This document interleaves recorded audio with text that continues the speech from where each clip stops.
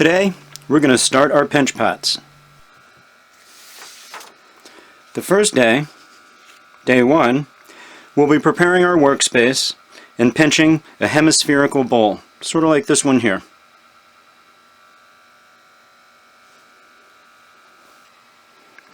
First, you're going to want to prepare your workspace. You'll need water, paper to work on, not glossy paper, something like this brown paper bag that I have here. You're going to need your ceramics kit, or at least some of the items out of it, and you're going to need a damp rag or a sponge for cleanup afterwards. I'm keeping a nice damp rag right here on top of this little dish. Before we begin working with clay, first we'll make our tools for cutting and scribing the clay. Then we're going to prepare our slip before starting with the clay. From your ceramics kit, you're going to need one of the tongue depressors, one of the cotton-tipped applicators, and a piece of sandpaper. We're going to create a cutting tool out of the tongue depressor in order to cut through our clay, much like this one. You'll be able to eventually cut a variety of tools for different applications. Today, we're going to make one that has sort of a point on the end of it. You may be able to do this with a pair of scissors.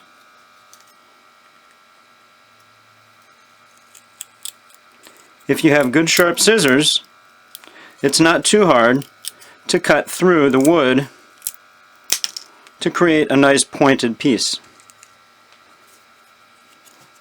I can then take that and sand it down in order to make a sharp edge along the side which I've cut.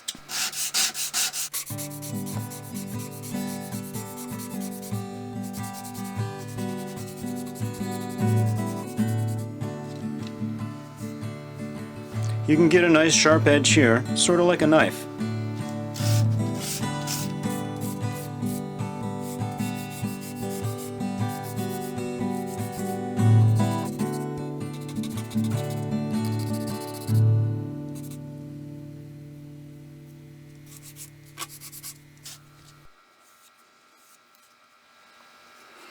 If you don't have scissors, or if the wood is simply too hard to cut, you can achieve the same shape by using the sandpaper.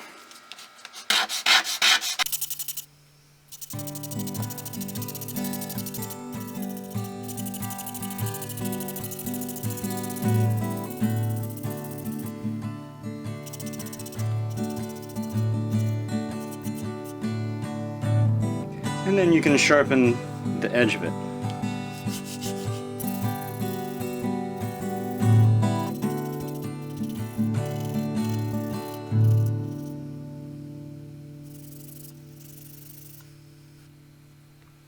Okay, so now I have a pretty nice little sharpened edged tool.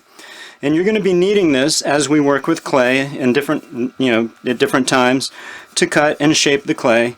You probably want to keep the other side round. It's nice to have a good rounded edge. You may even want to take some of the edge off of it, and make it even more rounded around that direction as well. That's going to be good for smoothing clay out. You may also want to sharpen the end of one of the little cotton-tipped applicators, just so you have a good tool to scribe into the clay with. The sawdust you want to be careful with. Make sure that you put it into the trash. Don't leave dust laying around.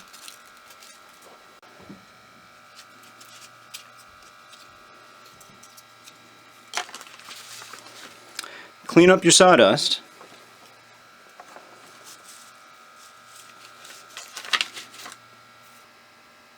Okay, we're going to prepare our slip before we begin. Remember last week when we took those pieces of clay out from the lump and allowed them to dry over the weekend in the bottom of the cup? Well, now we're going to add a little bit of water to that. All you need is just enough to barely cover the chunks of clay that are in there. And remember, you had about as much as would equal a couple of olives or a couple of grapes. Maybe about as much as would make up the end of your thumb. That's about all you're really going to need for the project of this week. Once you pour the water on the dry clay, you can immediately see it begin to dissolve. If the clay is not dry, however, it won't immediately dissolve. It's going to take a little bit longer. So let's go ahead and get our clay out.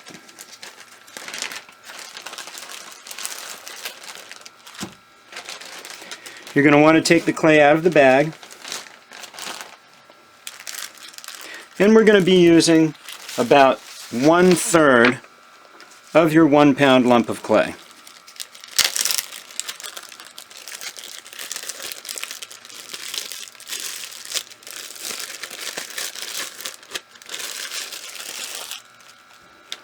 So it doesn't have to be exact, but you want to get some, an approximate third. So that's about 1/3 right there. And using your new tool, you cut through the clay. This is the portion that I'm going to use for my pinch pot. The rest of the clay goes back into the bag. Seal it up. Do not allow it to dry out.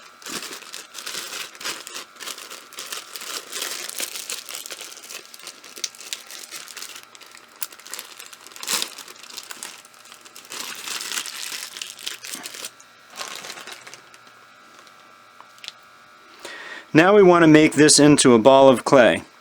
Be careful not to fold it over. You don't want to trap any air. So instead, pound it in from the long ends. The end may mushroom over a little bit, that's okay. You just want to try to get it as close to a sphere as possible. Doesn't have to be perfect. Close is good.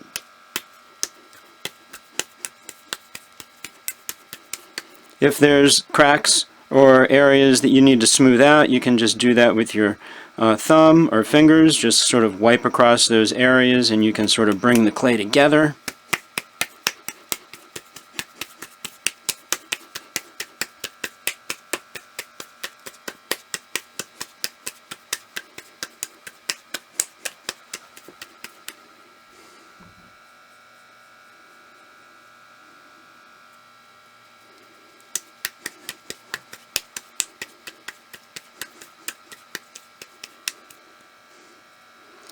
Okay, now that you've made the clay into a ball, you can begin to start making the pinch pot.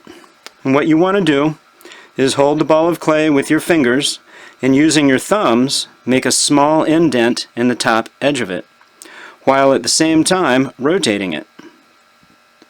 Go very slowly. Don't shove your thumb down into it. You want to start with a small indent. I'm basically flattening it off, and that's going to eventually become concave a little bit. Notice I'm rotating it consistently. Don't stop rotating it. You can go either direction, that's fine, but make sure it continues to rotate as you're doing it, so you're not pinching the same place twice.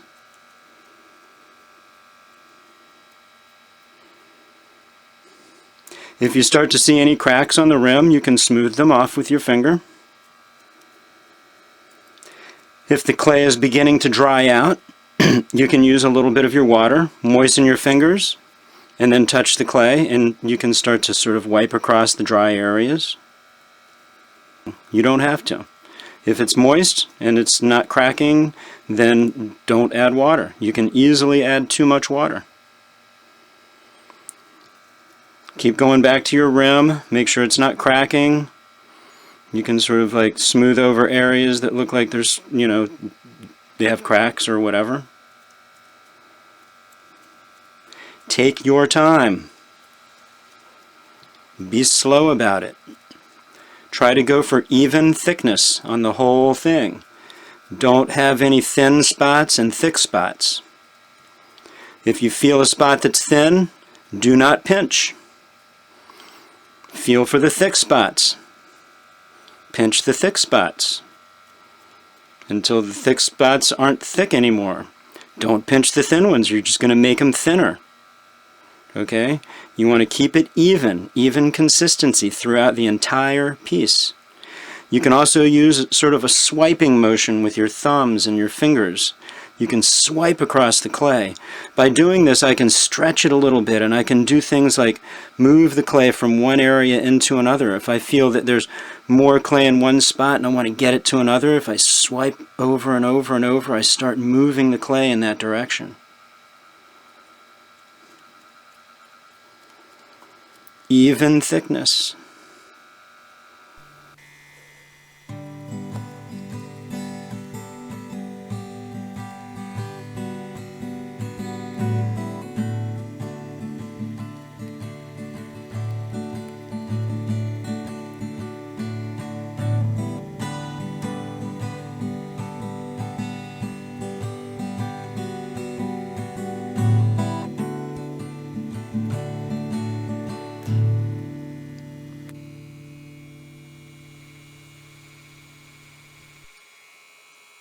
Make sure that it feels like it's evenly thick. Make sure that it stays moist. If it starts to dry out, then, add some moisture. Get your fingertips wet, and then continue what you're doing. It's going to absorb the moisture off your fingertips. You want to occasionally check the rim. Make sure that it's even across, so that when you look across it, it's all on the same plane. I see a spot right here that's a little high on mine. So what you can do is hold it and sort of, tap down on the table surface, and that's gonna, make it a lot flatter, across this way. Put the rim on the same plane. You can also push down, or if you have an area that sticks up, you can sort of slide the clay into an area where it's lower. Remember, we're going for an even thickness throughout the whole thing. That is pretty crucial. You want it to be the same thickness throughout.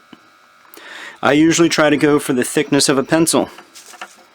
I like to have it as thick as a pencil when I'm done with it, or maybe thinner. The rule of thumb is to never make anything thicker than your thumb. It should definitely not be thicker than your thumb. But you really should be going for something more of this thickness of your pinky, or thinner.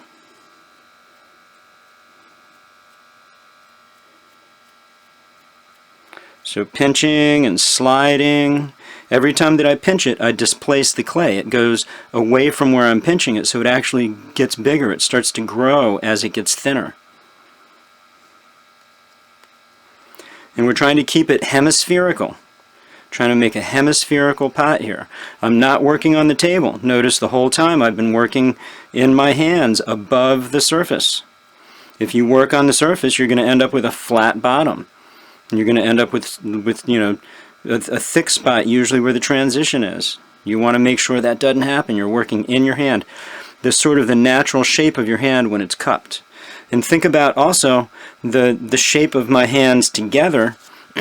If you look at the space in here, the space right in here, that's kind of the shape I'm going for, right? Sort of that U shape, or, when the bowl's in there, it fits right into my hand.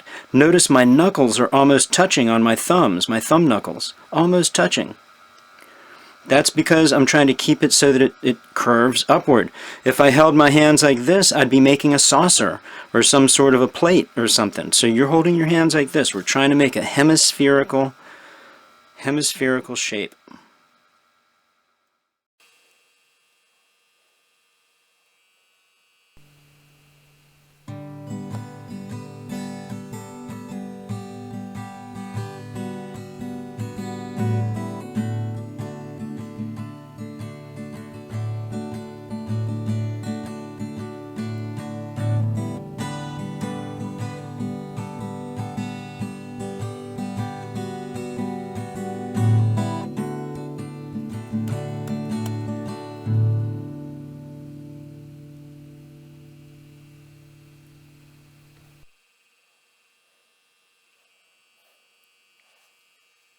When your pot feels reasonably thin throughout the entire thing, and it's got a nice flat rim along the top of it, then you're probably done.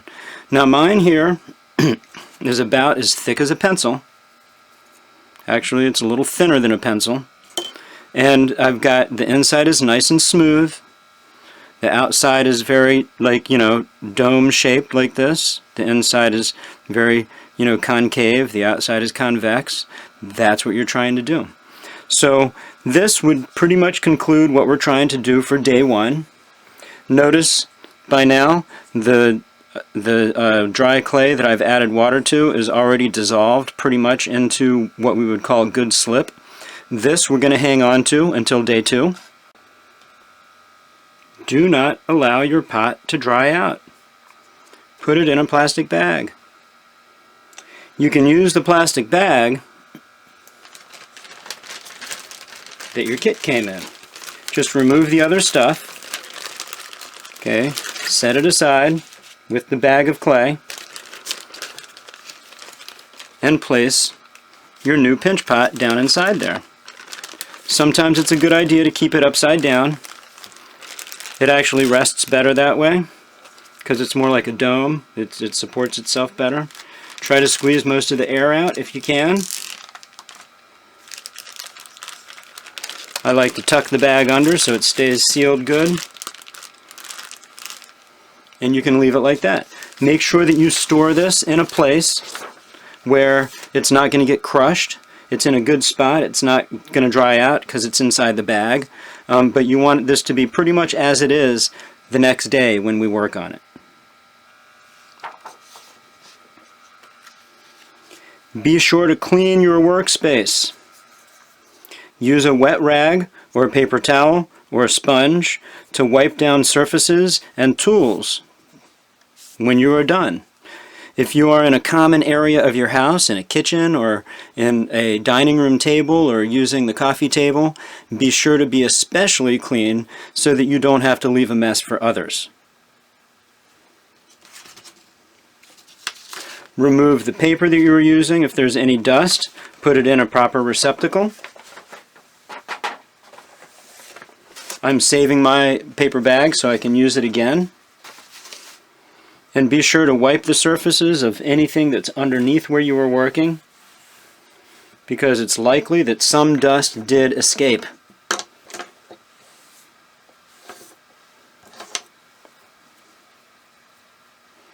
When you're done, make sure that everything is put away properly where it's not going to be in the way of others. Make sure that it's not going to be in a place where your new work is going to get crushed.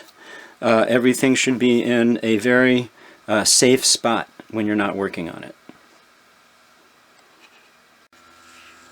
Okay. Day 2. Adding a coil foot and decorating and finishing your pinch pot.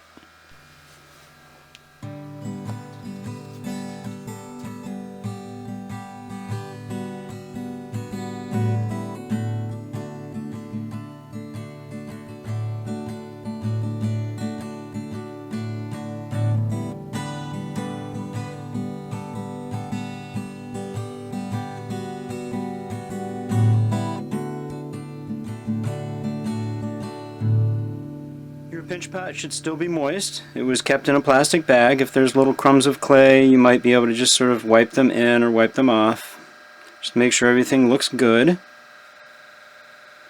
Today we're going to be putting the foot and decorating our pinch pots. I'm going to hold it upside down over there, and you're going to need to get a little bit more clay off of your lump of clay. This time you're only going to need about 1/8 of what's left. So if you look at it and think about what a quarter might be, half, there's a quarter, about half of that again is going to be 1/8. So I'm just going to cut it halfway down this way so I keep cutting off the end. So that might be about 1/8 of what's left. The rest of the clay goes back into the bag. Make sure it stays moist.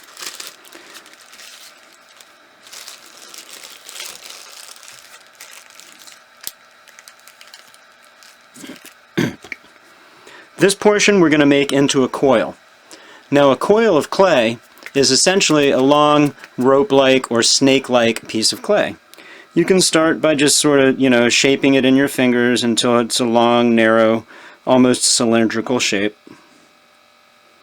And then you're going to want to roll it on the paper that's on your table surface. Be sure that you have a wide enough area to do this. I prefer to stand up when I'm rolling coils because I have full use of my arms to move them back and forth. I don't hit anything with my elbows. So you may want to scoot your chair aside and stand up for this. The other thing is, I'm going to be rolling back and forth like this with not a lot of pressure, very little pressure. If you put too much pressure on it, what ends up happening is it'll start to flatten and it'll start flopping across the page or across the table. So very little bit of pressure, and make sure that you're moving your hands not only back and forth but also side to side as you're doing it. So I can do it with one hand or two. I'm going to start with one hand because it's a pretty small piece. I can't fit both of my hands, but you'll notice that I'm going from left to right as I'm doing this, and I'm giving myself a pretty long space to roll. I'm not doing a little tiny roll. I'm trying to use most of my hand in that roll. And I may want to move this out of the way. And I can start to use both hands because I now have, it's long enough.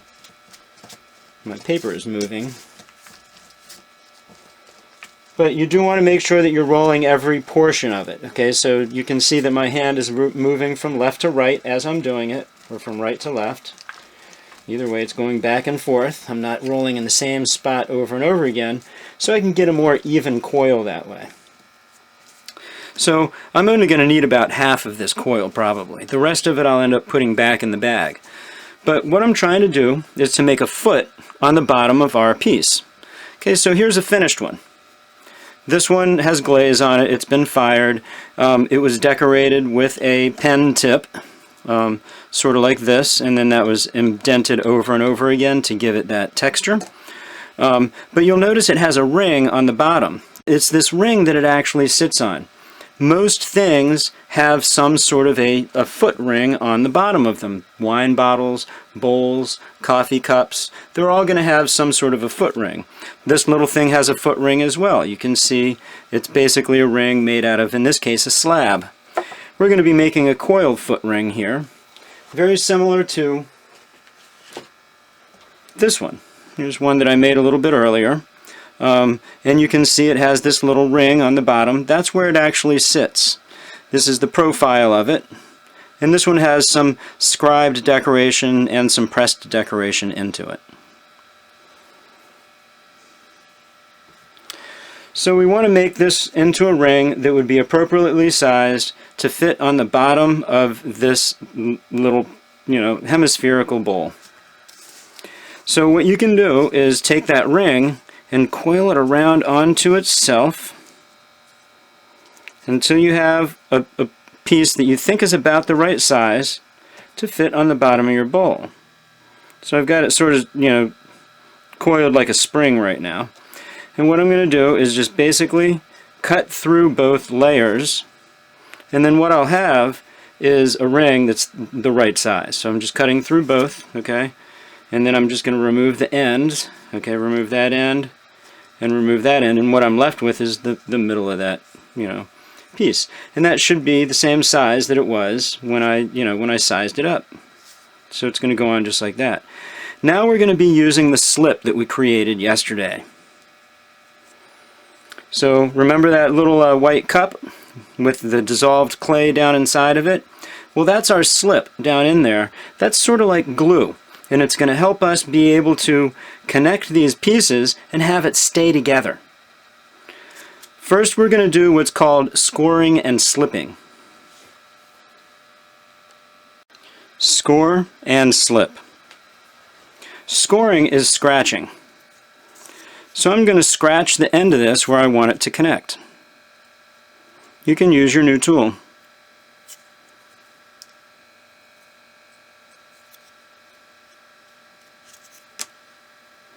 Then I'm going to apply a little bit of slip. And you can use the other new tool, your cotton tipped applicator.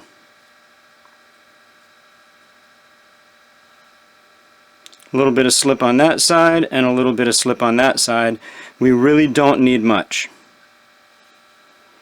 And then you want to put the two pieces together and sort of wiggle them together so that they sort of fuse together. So the two halves fuse together. See, I'm sort of wiggling it and giving it some pressure. I want to see some of that slip squeeze out the side. And then I can take my finger and just smooth it over so that I don't see the seam. You want to blend those pieces together. This is called welding the clay. We are welding the pieces together because they're fusing just like the metal does when two pieces of metal are welded together. And then I'm going to want to put this ring onto the bottom of the pot. But where is it going to go? I can look straight down and try to center it. But it also helps to kneel down next to it and look straight across it as well, to make sure that everything looks nice and, flat, and everything is on a parallel plane as well. So now I know about approximately where it's going to go. I'm just going to make a little mark so I can see where to score it, and around the outside of it as well. Just making a little mark up under there so I can, have an idea of where the bottom's going to go. I can see my little ring. You can see where it's going to be. And then I'm going to scratch that as well. Okay, this is the scoring part. Scratch, scratch, scratch, scratch, scratch. Score, score, score. Score the whole thing. All those areas where it's going to connect. Okay, I want to score it up. And I also want to score this as well. So I can do that as well. Score, score, score. Just a bunch of scratches. And this is going to help the clay to actually stick together better. It increases the surface area and encourages it to sort of fuse together a little bit more so that, the clay from one area is going to squeeze into and amongst the clay from the other areas, so it really does fuse. The scratches actually really help. It also allows more of the moisture from the slip to penetrate deeper into the, the clay body that's there, and it just creates a better bond. So you want to scratch it and then put the slip right there on there, just like glue. This is our glue for ceramics. We're going to do the same thing here, so that I have scored and slipped both pieces.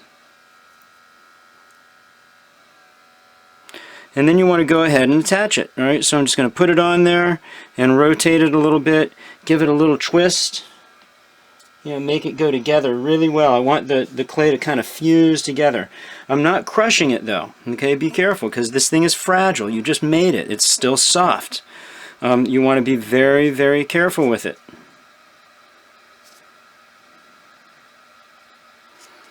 Okay, you want to get it on there like that and then maybe turn it over. Maybe get down, look at it straight across. Okay, I'm sort of putting my eye on its level now and I'm trying to look straight across there, making sure that everything still looks nice and straight. You also want to make sure that the bowl doesn't protrude any further down than the ring. Okay, the ring should definitely be what it sits on, not, on a point from down in there. The whole idea of the ring is so that it doesn't wobble around. Okay, so now we can do some more stuff to make this even better. What we can do next is to blend this together. So I can bring my tool here. I can add a little bit of moisture to it as well. Not much. I don't want to make it sloppy. I just want to add a little bit more moisture to it, just so so it might move a little bit easier. Then I'm going to take the round end of my tool and very carefully just start to move this whole edge downward.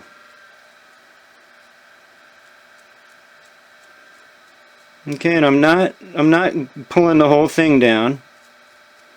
I'm going to go all the way around, and it's going to look pretty ugly at first, okay? And then we're going to come around the second time around and smooth it out better.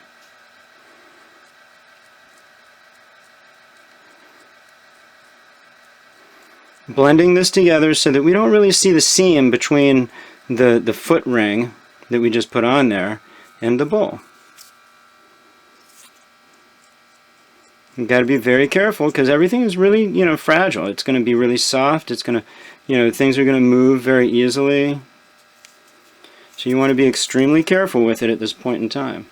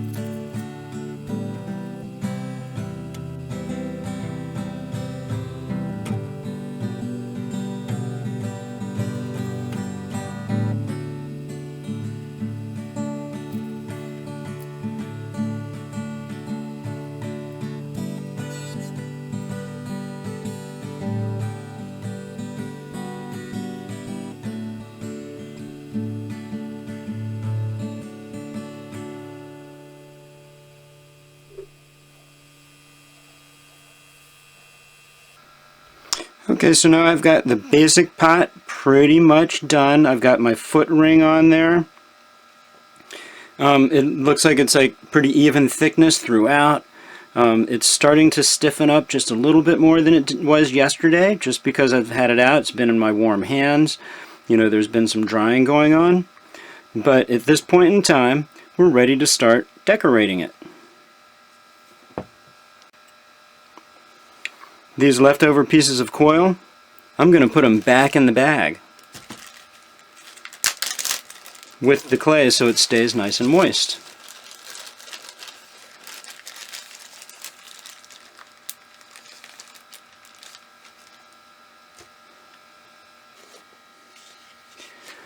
We're going to decorate our pinch pots by imprinting or scribing a repeating design on them. Imprinting is when you press something into the clay. This pinch pot, for example, was designed with an imprinting design. Something like this pen cap was used to push over and over again to achieve that effect. That's an imprinted design. The initials on the bottom of the pot are also imprinted with a stamp. A scribe design would be more like something that you would scratch with a tool like this one, or perhaps with a pencil. A pencil is one of my favorite tools for scribing in clay.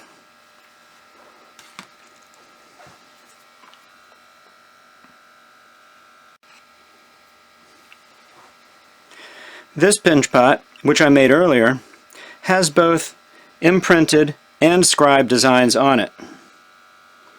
The pen cap was used to imprint these circles. The end of the wood tool was used to make that mark right there. These parts were scribed, and then I used a point of this to make the little dot that's on the bottom there. This is a repeating design. It's the same thing over and over and over and over again all the way around.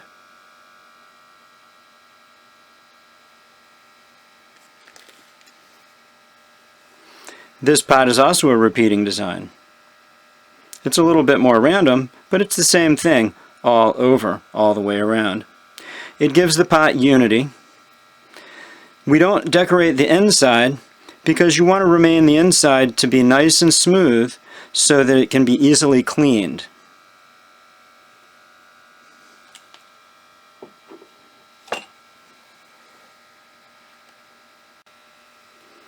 Okay.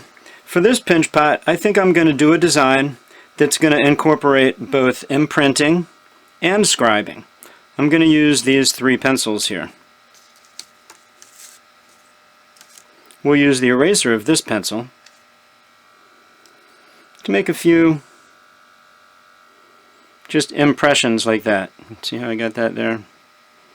And I'm going to put these things about every, oh, maybe every 1.5 inches apart.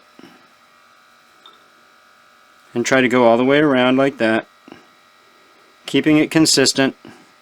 Hoping that when I come back around I can make it, you know, look good.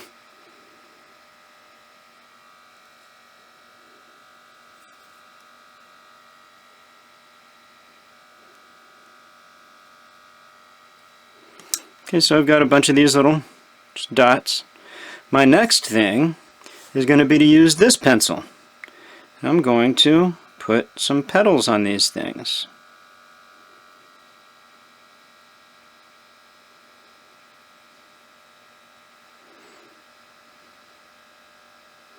And I'm going to repeat this design all the way around.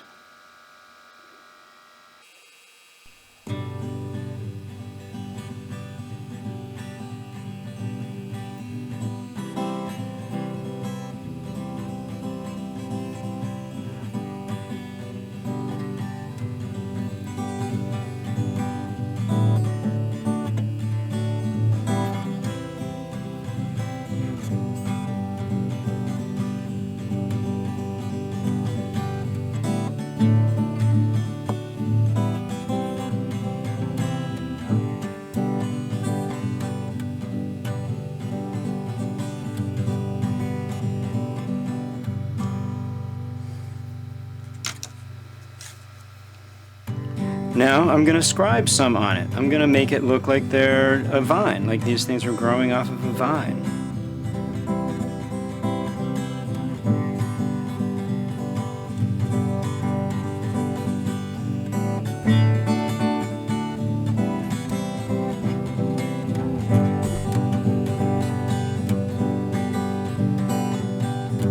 Here's the vine. Get some stems coming up here.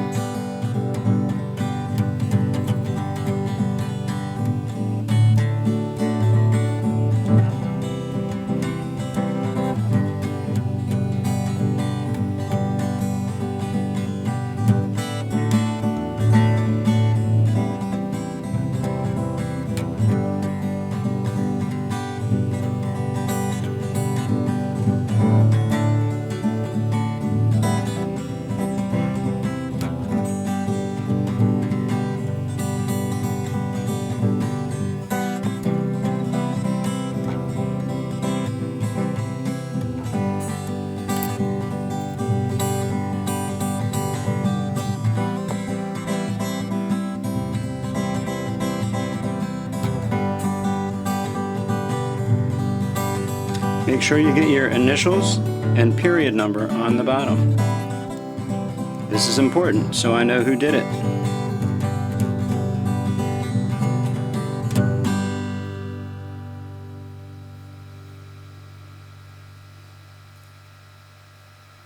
It must be readable.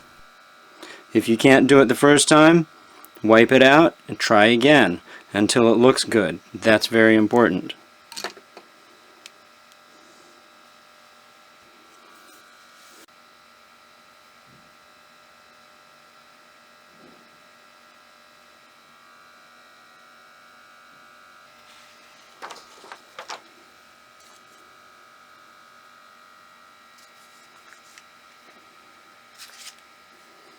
Now it's time to clean up.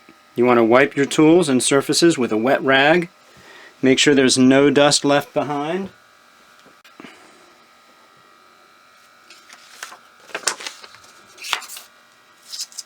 If there's chunks of clay left on your tool, you can just put that into the slip.